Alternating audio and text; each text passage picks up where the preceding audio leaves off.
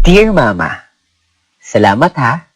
Simula pagkabata, ikaw na ang kasakasama. Gumagamot sa sugat ko sa tuwing nadarapa.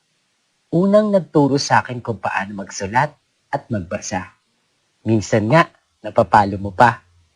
Ikaw rin ang unang nagturo sa akin paano maging mabuti sa kapwa.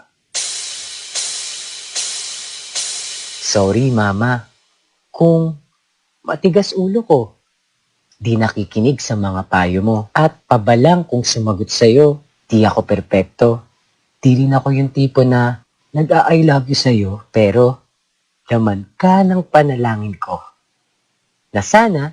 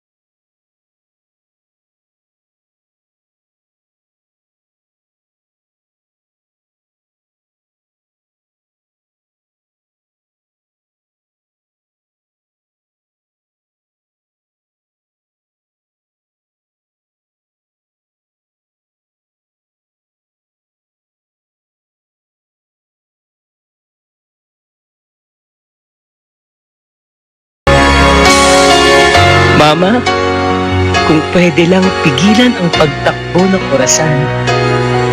Alam kong darating ang araw na kailangan mo na kaming iwan, na kailangan ka na namin bitawan, na darating ang araw na kailangan mo nang magpaalam.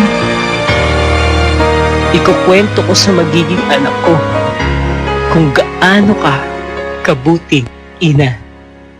At ibabahagi ko ang mga payo mo sa kanila. Mama, mahal na mahal kita.